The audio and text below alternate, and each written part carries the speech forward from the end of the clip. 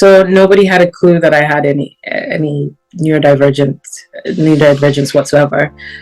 It wasn't obvious so I didn't have any obvious symptoms of ADHD. I am fidgety, but not in an obvious way. So like as we speak, my feet are moving around underneath the table, but you can't see that. So I didn't have these very obvious symptoms of ADHD.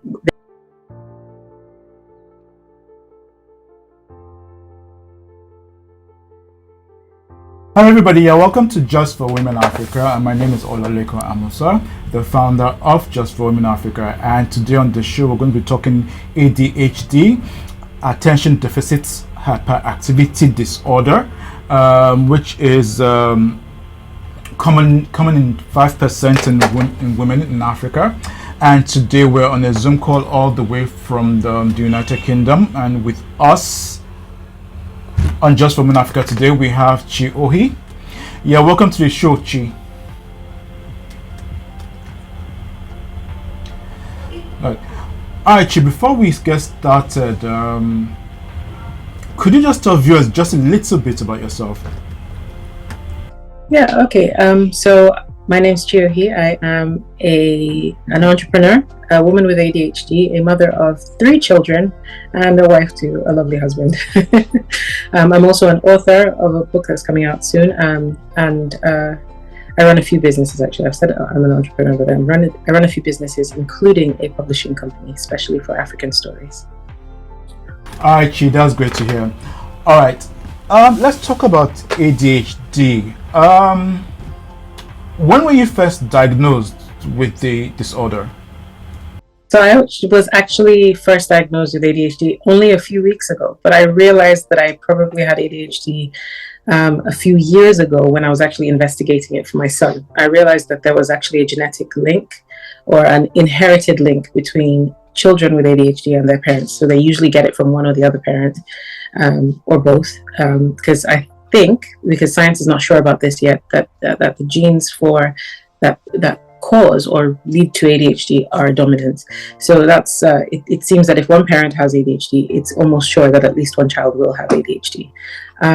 So when I was looking into it for my son, who had the typical symptoms of ADHD, which is the hyperactivity, the inability to kind of focus on one thing, just moving around a lot, and I thought he was only 4 or 5 at the time, I think, and even though some people would say, oh, that's just a normal little 4-year-old boy, I have extensive experience with children, so I thought this is not just an ordinary 4-year-old boy. There's something up here. And when I started looking into the symptoms, I discovered that a lot of those symptoms actually aligned with things I'd been experiencing in my life as well. And so the investigation into myself began first. I thought if I could sort myself out first, then I can sort out my children and advocate for my children much better.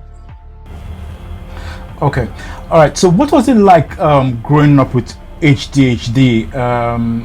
Did family know? Did your parents know you had ADHD? How did you cope in school? How did you cope with life in general? So nobody had a clue that I had any neurodivergence whatsoever. It wasn't obvious so I didn't have any obvious symptoms of ADHD. I am fidgety, but not in an obvious way. So like as we speak, my feet are moving around underneath the table, but you can't see that. So I didn't have these very obvious symptoms of ADHD. They were more subtle. At school, I would be the child that was looking out the window, or I'd start a task and not finish the task because my mind has gone elsewhere, or I would forget things like forgetting my homework, and you just think, oh, this person is just forgetful. But actually, those were very, very prominent signs of ADHD that nobody spotted, because generally I was doing okay academically. People seem to think that just because someone is neurodivergent, that will affect their intelligence. What tends to happen with ADHD people is it doesn't affect your intelligence. What it affects is your proof of intelligence. So for example, you're very intelligent because they can see that in the classroom, because when you answer questions or when you ask questions or interact in the classroom, it's very obvious that you've got stuff going on in your head and you're engaged.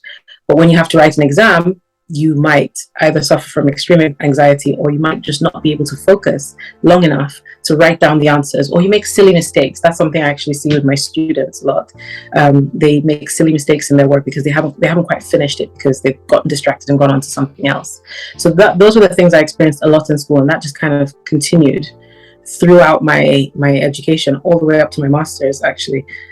And actually beyond that, actually. So I also trained to be a teacher, and that was affecting me severely during that time as well, because I needed to be really organized, and organization is not the strength of ADHD people. Okay, so as I asked earlier, how did your parents cope with it, or they just thought there was something just wrong with you that they couldn't just figure out?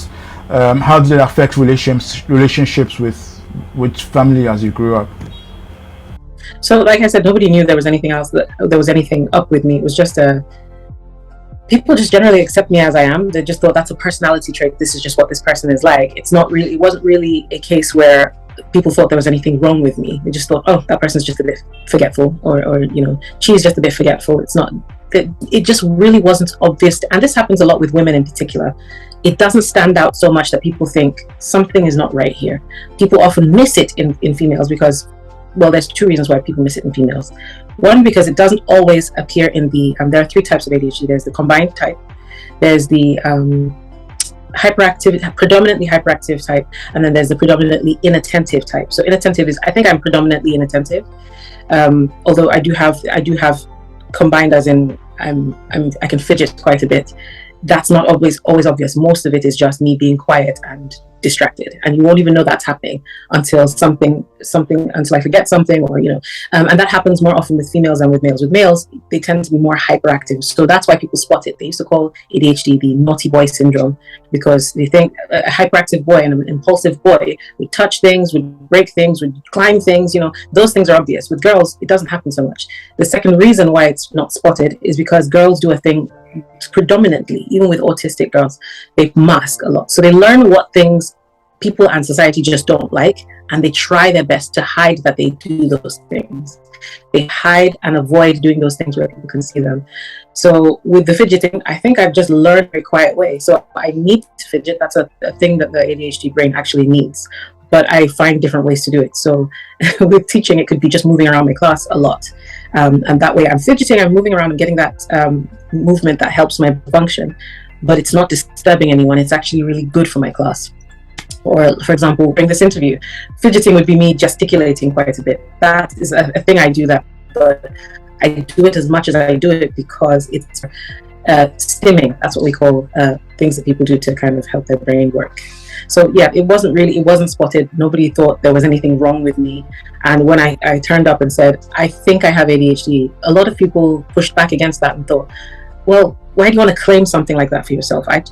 Everybody gets forgetful sometimes. And I'm like, this is not sometimes. This is every single day of my life. I'm forgetting normal, ordinary things like my keys, my earrings, my phone. I was holding the phone just now. I've forgotten where I put it just now.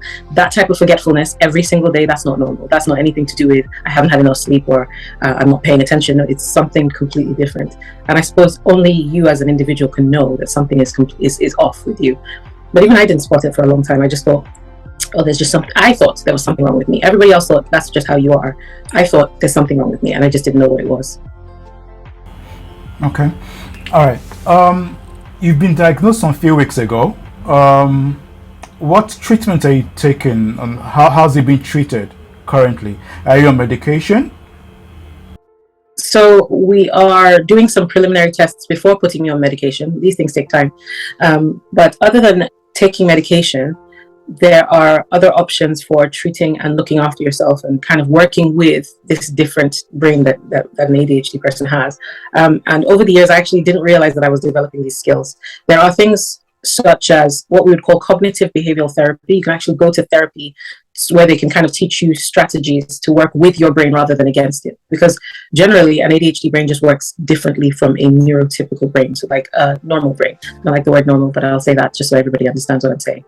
So it works differently. It is shaped differently. Like the frontal cortex is it's a different size from everybody else. So intelligence isn't affected, but executive function is. So that's things to do with impulse control, to do with concentration, to do with decision making, and basically attention as well, actually, and also committing things to your long-term memory. That's basically your, not long-term memory, short-term memory. So that's why I can hold my phone now and then forget it now, because my frontal cortex is smaller than a neurotypical person.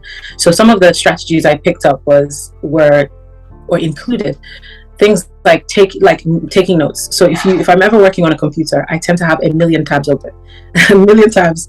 I don't know how many tabs I have open at any one time, and all of them will be different things because my brain darts around and is thinking about lots of different things at the same time.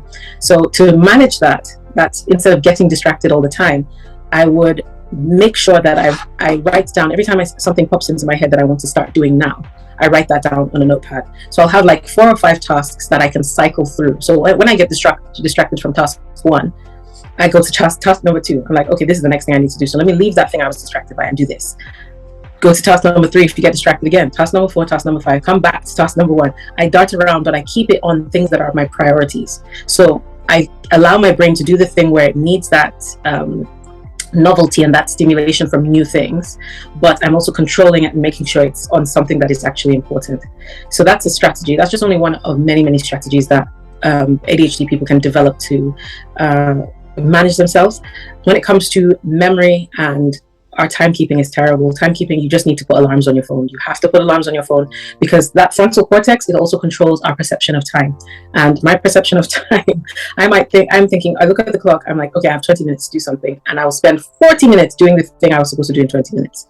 And that perception of time is completely off. It's not the same as everybody else's. So you have to set timers for yourself. If you want to spend 15 minutes working on something, you need to set a timer because you might end up spending 2 hours. Same thing with when I need to concentrate on something that I need to do, and I think it's arduous or boring. I pace myself. I take breaks in between. That's another strategy that's very, very good for doing something and making sure you sit down and finish it. You don't sit down and force yourself because your brain will shut down and you won't get anything done. You'll sit there for 2 hours and you'd have written 2 lines.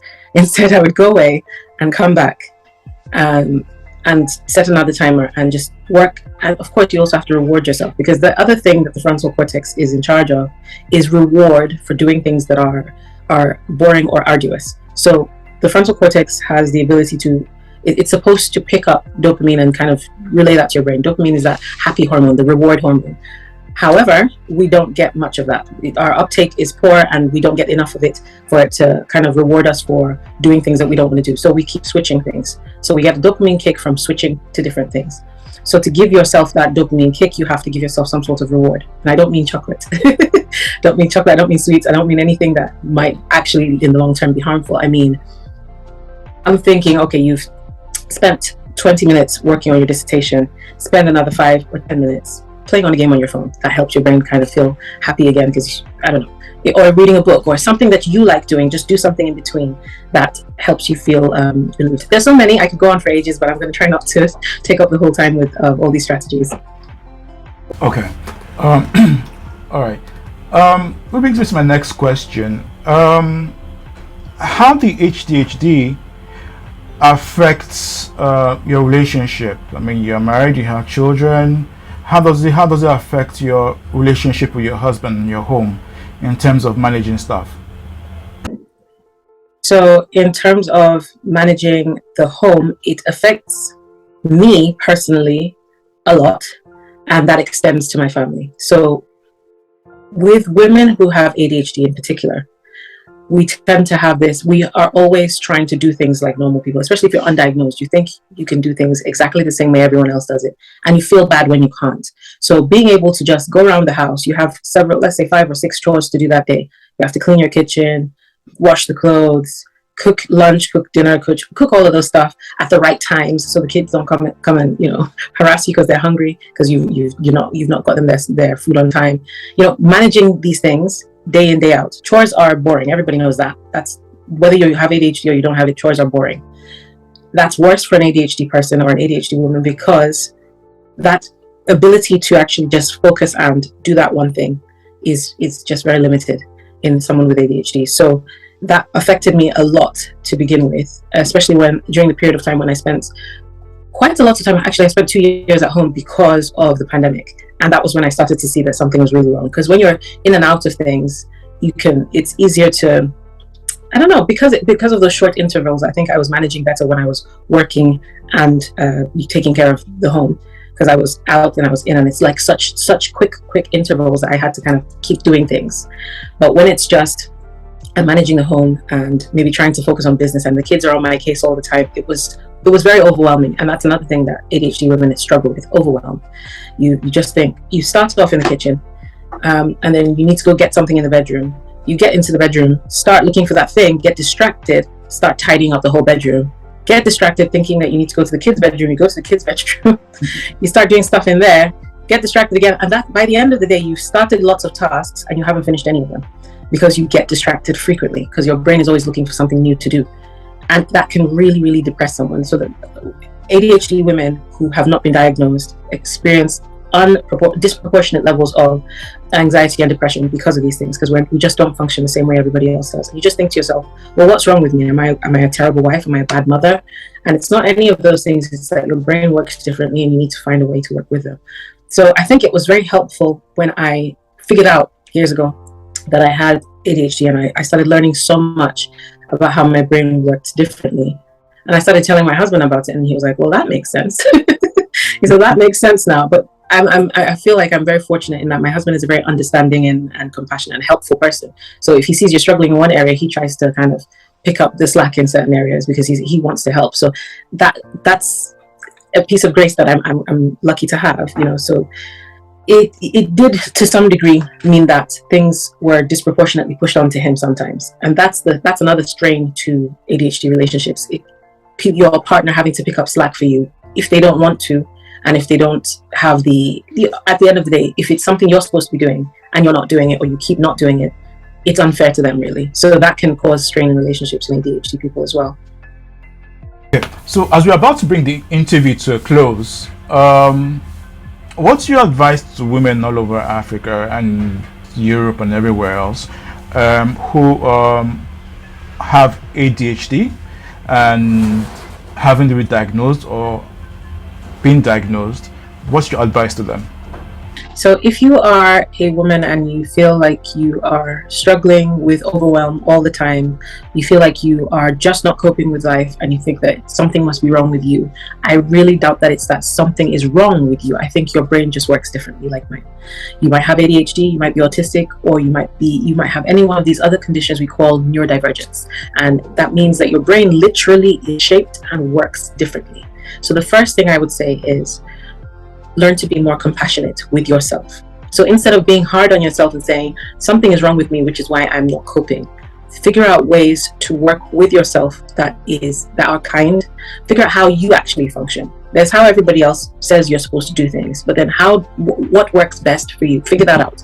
Then the second thing I would say is seek to find out what you actually have going on. I did a quiz on attitudemag.com. I think that's what it's called, but I'll send the link in future.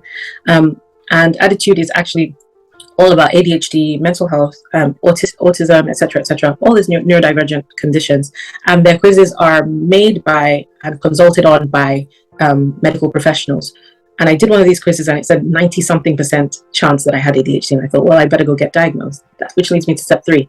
If you think you have something, go and get diagnosed. And do not be afraid to get a second opinion if you're experiencing denial, because sometimes we bump into actual medical professionals who might not be experts in that specific field, but might be doubtful that that's what you have going on. So ask more than one person. There's nothing wrong with that. But the most important tip that I've given so far is being compassionate with yourself. I'm also very much open to having conversations about neurodivergence. I have lots of experience with it, so please feel free to contact me and I'll send you lots of resources. All right, Chi. Thanks so much for being with us. Thanks so much for telling us about your experience with ADHD. We wish you all the best. And we look forward to the second interview when your book comes out. Awesome. Thank you very much. Thank you for having me. Okay. You're welcome. Okay, everybody, thanks for watching. Don't forget to subscribe. Tell a friend who knows a friend about Just for Women. Until the next show from Chi and I, it will be bye. Okay, Chi, that was